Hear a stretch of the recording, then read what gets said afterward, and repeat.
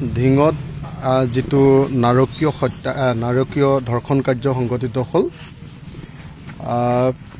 এই নাৰকীয় ধৰ্ষণ কাৰ্যক ঘৃণা কৰাৰ কোনো ভাষা এতিয়ালৈকে পৃথিৱীত সৃষ্টি হোৱা নাই গতিকে এই ঘটনাটো অকল কেৱল ৰেপৰ ঘটনা নহয় এই ঘটনাটো একেলগতে এগৰাকী নাবালিকা কি কয় আপোনাৰ কিশোৰীক কৰাৰ ৰেপ আৰু হত্যাৰ প্ৰচেষ্টা আৰু লগতে গোটেই সমাজখনক থানবান কৰি দিব পৰা এটা সাংঘাতিক ধৰণৰ দুটা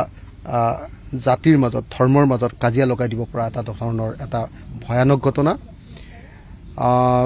গতিকে মই ভাবো যে এতিয়াও যি দুজন এতিয়ালৈকে অপৰাধী এতিয়ালৈকে গ্ৰেপ্তাৰ কৰা নাই তেওঁলোকক অনতি বিলম্বে গ্ৰেপ্তাৰ কৰিব লাগে আৰু গ্ৰেপ্তাৰ কৰি দুইজনকে মই ভাবো যে মানে ফাৰ্ষ্ট ট্ৰেক কোৰ্ট কৰি দুইজনকে ফাঁসি দিয়াৰ ব্যৱস্থা কৰিব লাগে দুইজনক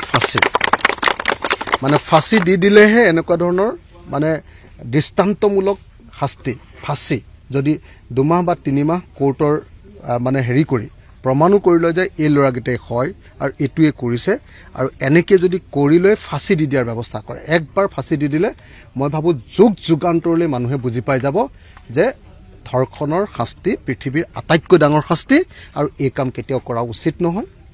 আমাৰ প্ৰত্যেকৰে মা আছে আমাৰ প্ৰত্যেকৰে পৰিয়ালত ভাই ভনী আছে আমি প্ৰত্যেকগৰাকী মহিলাক নিজৰ ঘৰৰ নিচিনাকৈ সন্মান কৰা উচিত আৰু এনেকুৱা যি কাম কৰিব তেওঁৰ একমাত্ৰ এটাই মাত্ৰ ফলাফল হেতু হল ফাঁসি মই ভাবো যে ফাঁসিৰ বাহিৰে বেলেগ একো কথা